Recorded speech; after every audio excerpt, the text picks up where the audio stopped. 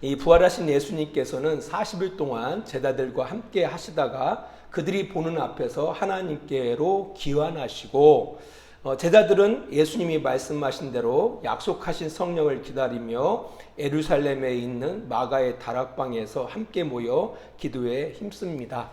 그런 가운데에서 베드로가 일어나 이렇게 말하죠. 가룟 유다가 죽었는데 그 남은 그 사도의 자리를 우리가 세워야겠다 해서 요셉이라는 사람과 마띠아라는 사람이 추천을 받습니다. 두 사람을 추천을 받아서 기도하는 가운데에서 제비를 뽑아서 마띠아를 사도의 수에 가담시킵니다. 이게 오늘 본문의 내용입니다. 이제 중요한 건 성경은 의미가 중요해요. 성경을 읽으실 때 이게 어떤 의미지? 이게 중요합니다. 영어로 메시지가 중요하다라는 겁니다. 이번 주에 저희 아버님 추도일이 있는 주간입니다. 어떤 날을 추도일로 삼느냐라고 할 때 많은 사람들이 오해를 하시고 있더라고요. 돌아가시기 전날을 그 추도일로 생각하시는데 전혀 그렇지 않아요. 돌아가신 날이 추도일인 거예요. 이제 믿지 않는 사람들은 제사를 지내잖아요. 제사일을 보통 사람들은 돌아가시기 전날을 제사일로 삼는 분들이 의외로 있는데 그게 아닙니다. 그게 아니라 돌아가신 그 날이 바로 추도일이에요. 이게 정확한 거예요. 그리고 어르신들은 이제 음력의 그 추도식을 가지한다라고 말씀하시는 분들도 계신데 제가 생각할 때는 그래요. 지금 음력이 보편화되어 있지 않아요. 그래서 음력을 알려면은 달력을 일일이 확인을 해야 돼요. 그래서 우리 자녀들을 위해서라도 항상 양력으로 했으면 좋겠다라는 생각이 들어가요. 양력으로. 그냥 잃어버리질 않아. 이게 저희 아버님이 돌아가실 때가 10월 그죠? 15일이죠. 11월 15일인데 이게 음력으로 하다 보니까 항상 헷갈려요. 헷갈리네. 저도 지금 헷갈리고 있어요. 그래서 어떤 음력이 한다라는 그런 고정관념에서 벗어나서 양력으로 하시면 참 좋겠다라는 생각이 들어가요. 그리고 이제 추도일에 대해서 이 날을 어떻게 우리가 그날 딱 하면 좋은데 여러 가지 사정들이 있잖아요. 그래서 그날을 못 맞출 때가 있거든요. 그럴 때는 가족들끼리 상의를 해가지고 함께 모이는 게 중요하잖아요. 모여서 그 조상 아니면 부모님의 그 은혜를 기억하고 기리면서 가족들이 함께 하는 것이 중요한 거거든요. 그래서 그것을 좀 상의해서 결정한 대로 하면 되는 것이지 어떤 법이 그것은 좀 아니다라는 생각이 들어가요. 왜냐하면은 사실 우리가 추도식이라는 게 성경에 없어요. 이게 그 뭐 성경의 처음 기독교의 어떻게 보면은 뿌리라고 할까? 유대교에 뭐 추도식이 있느냐? 추도 예배가 있느냐? 없어요. 그렇다면 우리보다 먼저 신앙을 가졌던 서구에는 추도식이라는 것이 있느냐라고 할 때 없어요. 없어요. 단지 우리는 그 한국 문화나 전통에서 이 제사 문화라는 게 계속 전통적으로 해왔기 때문에 이것을 우리가 기독교적인 시각에서 해석을 해서 추도 예배를 갖는 거거든요. 추도 예배를 갖는 거기 때문에 우리가 뭐 굳이 어떤 법이 있다라고 말해서는 안 돼요. 그래서 그러나 중요한 것은 그 의미는 참 중요한 것 같아요. 왜냐하면 자녀 가운데 조상 없는 자녀들이 어디 있겠어요. 부모가 없는 자녀들이 어디 있습니까? 당연히 부모의 은덕을 기리해야죠.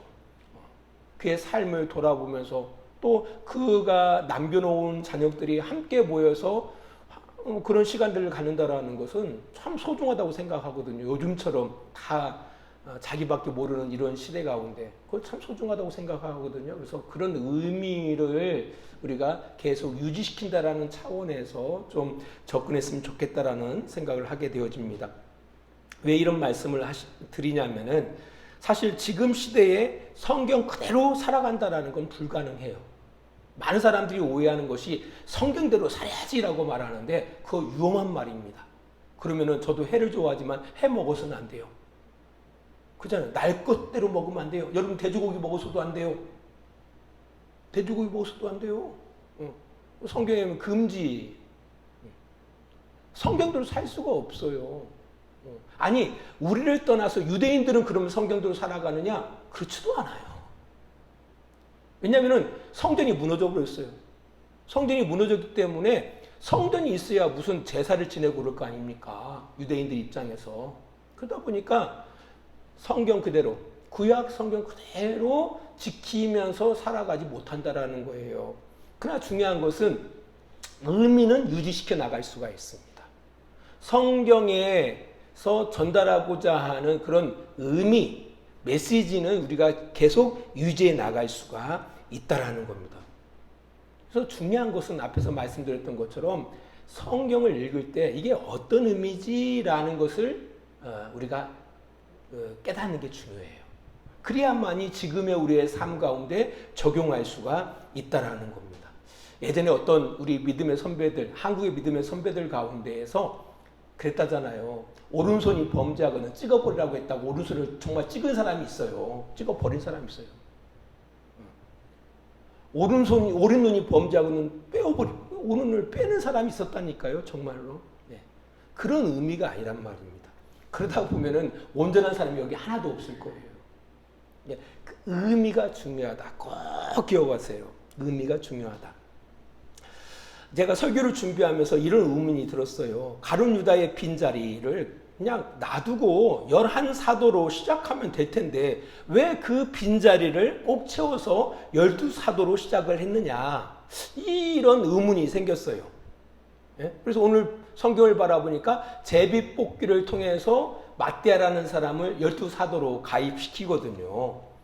그냥 11사도로 계속 유지해 나가면 되는 것이지 왜 굳이 12사도야 하느냐라는 그런 의문이 들었어요. 근데 그게 아니더라고요. 이게 중요한 의미가 담겨져 있습니다.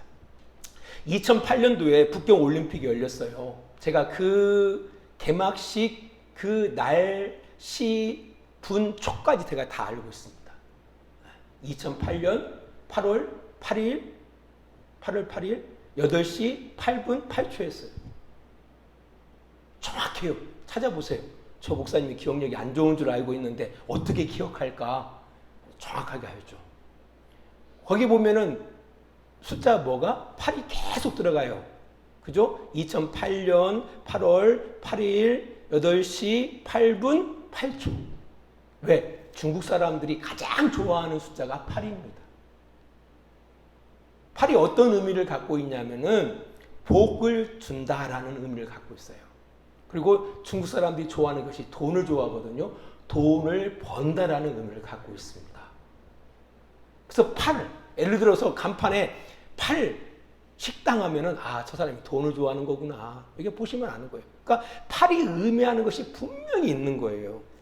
우리 한국 사람도 그렇죠. 한국 사람이 싫어하는 숫자가 있죠. 4, 죽을 사자, 4를 싫어해요. 그래서 건물을 바라보면은 분명히 1, 2, 3 숫자가 해놓고 4에는 4라고 쓰지 않고 F라고 써놔요. 왜? 불기로 싫다라는 거예요.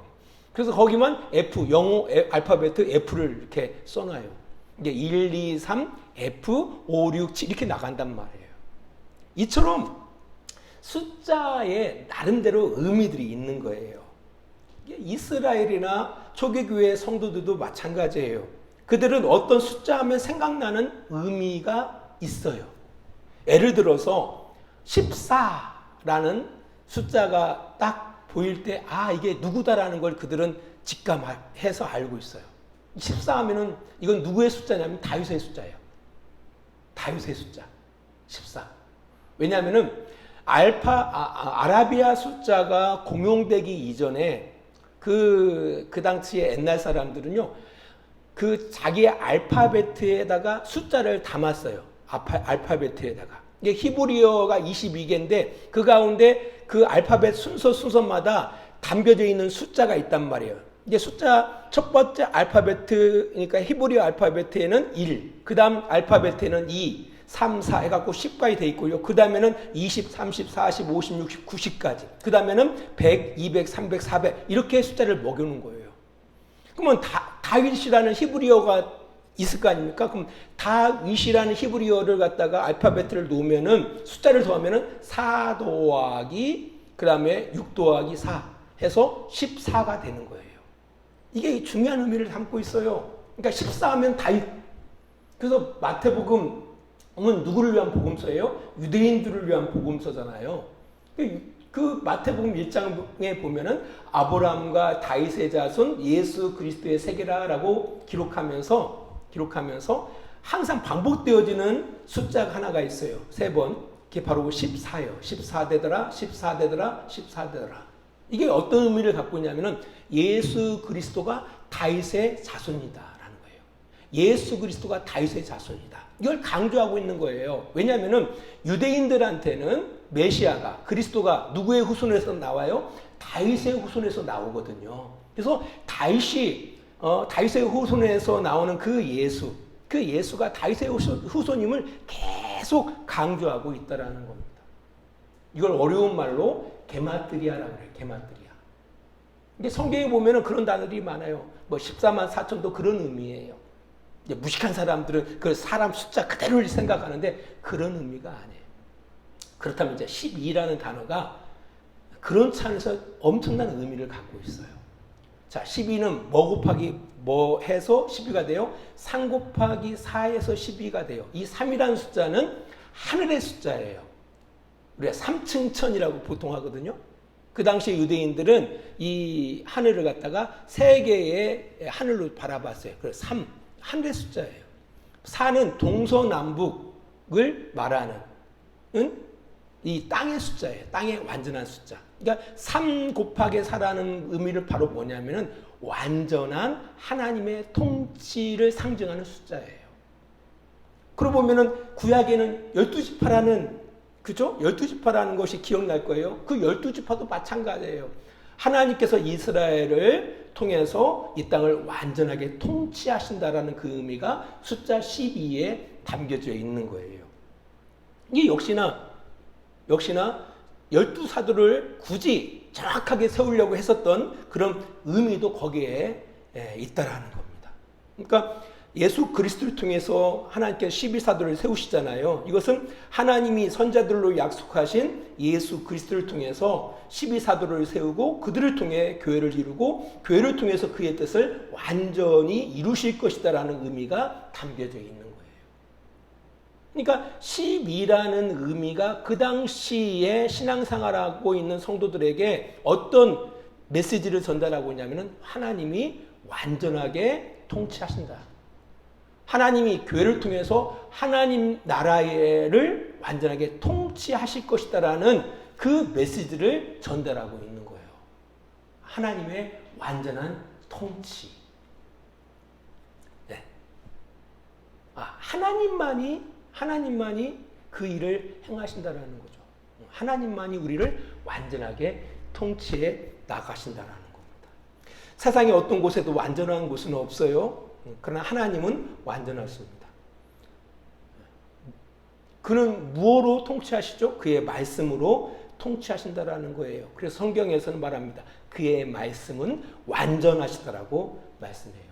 그래서 그의 말씀 가운데 순종할 때 그분이 친히 우리에게 뭐가 되십니까? 방패가 되어주신다라고 말씀하고 있는 겁니다. 시편 18편 2절은 이렇게 기록하고 있어요. 여호와는 나의 반석이시요 나의 요새시요 나를 건지시는 이시요 나의 하나님이시요 내가 그 안에 피할 바위시요 나의 방패시요 나의 구원의 뿌리시요 나의 산성이시로다. 하나님이 그런 분이에요. 그래서 우리가 그분 안에 있을 때 진짜 완전함을 얻을 수가 있는 겁니다. 편안함을 우리가 얻을 수가 있는 겁니다.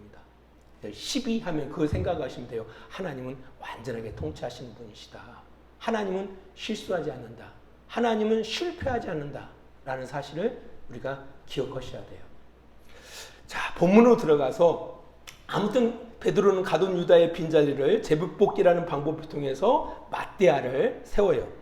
이 제비뽑기에 관한 성경의 그 내용은 생각보다 많이 언급되고 있어요. 제비뽑기에 대해서.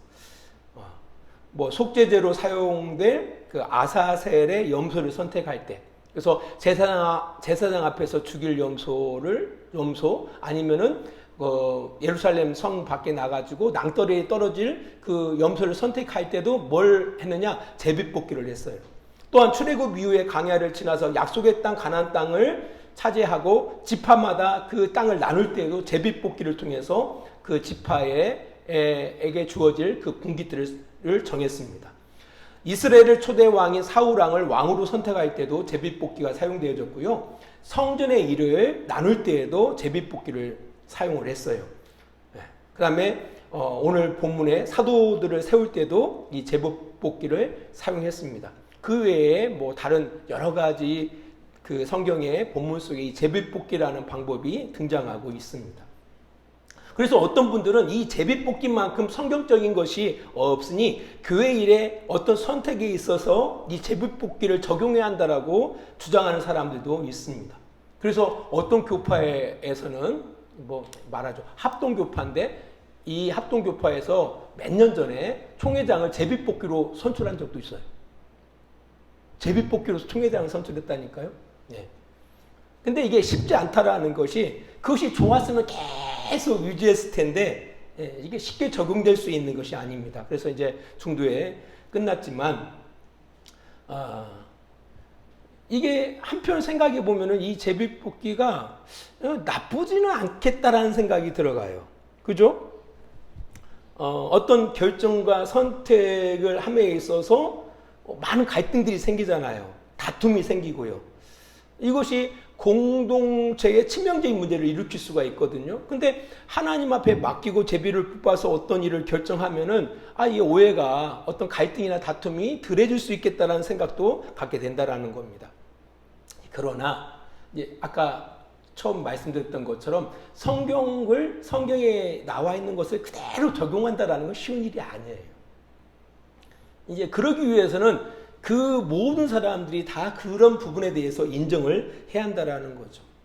그러니까 우리가 사도행전 1장을 바라보면요, 먼저 이 사도로 임명되어질 만한 사람을 추천을 받았어요. 그래서 요셉이라는 사람과 마띠아라는 사람 두 사람이 추천받아 가지고 있는 겁니다. 그러니까 이미 사람들이 그 제자들이 인정할 누가 사도로 세움을 받아도 될 만한 사람을 나름대로의 어떤 조건을 따라서 계속 조건을 따라서 이렇게 선별을 한 거예요. 그래갖고 최종 두 사람 가운데 기도하고 제비뽑기를 통해서 선출을 하는 거거든요. 이게 만만한 일은 아니다라는 겁니다.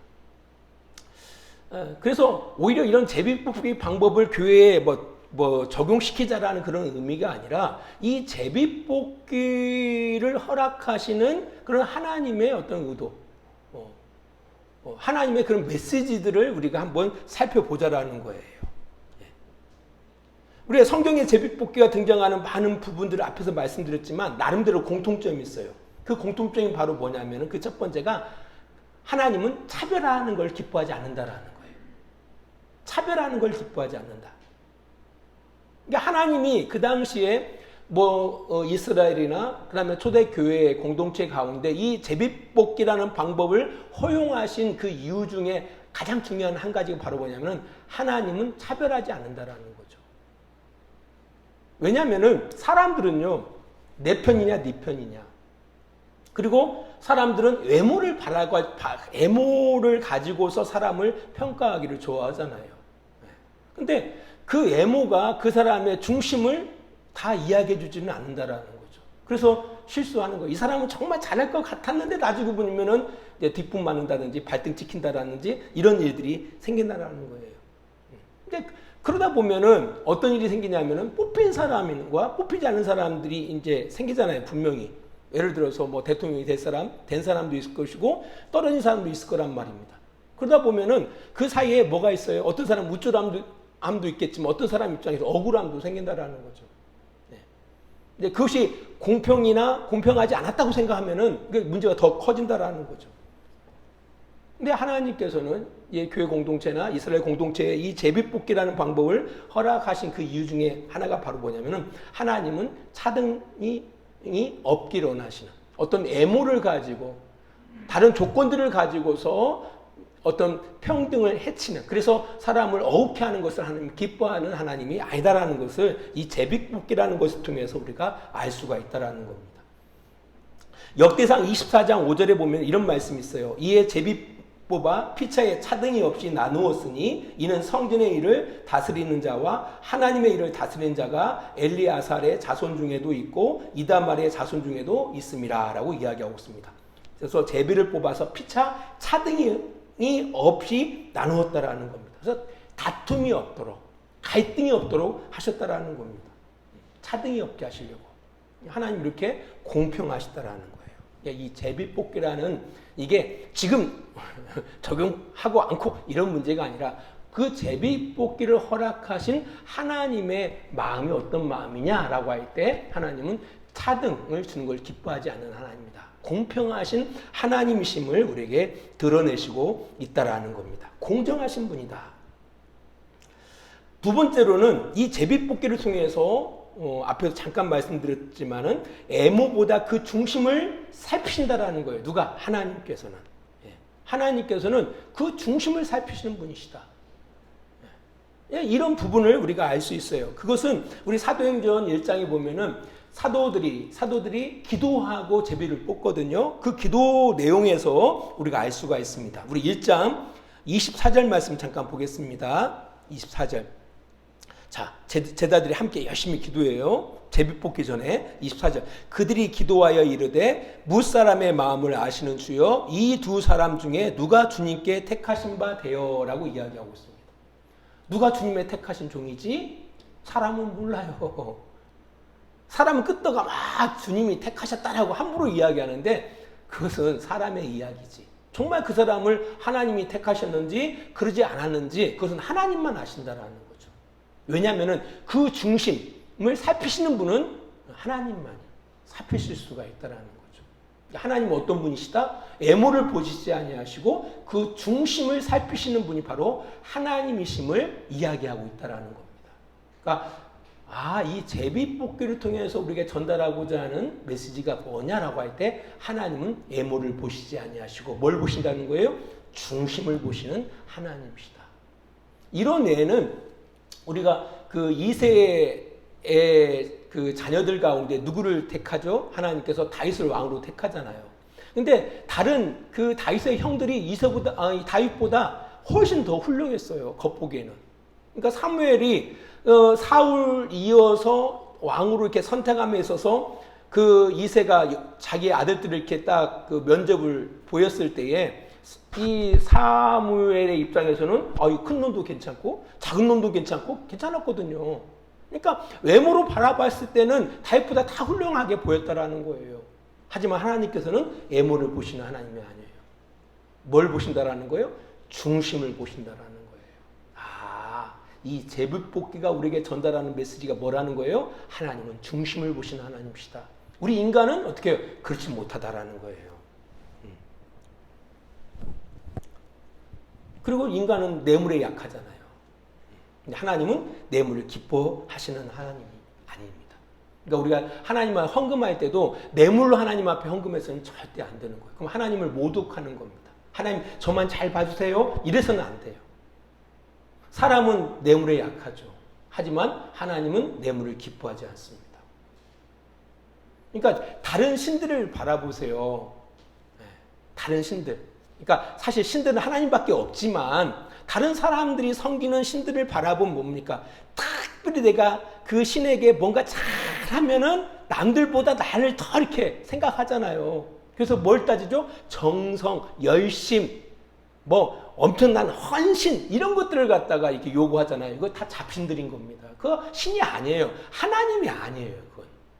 이게 심지어 예수를 믿는 사람들도 하나님을 믿는 사람들도 그런 생각을 가지고서 하나님을 경외한다고 하는데 전혀 그거 잘못된 생각입니다. 잘못된 생각입니다. 제가 그런 적이 있어요.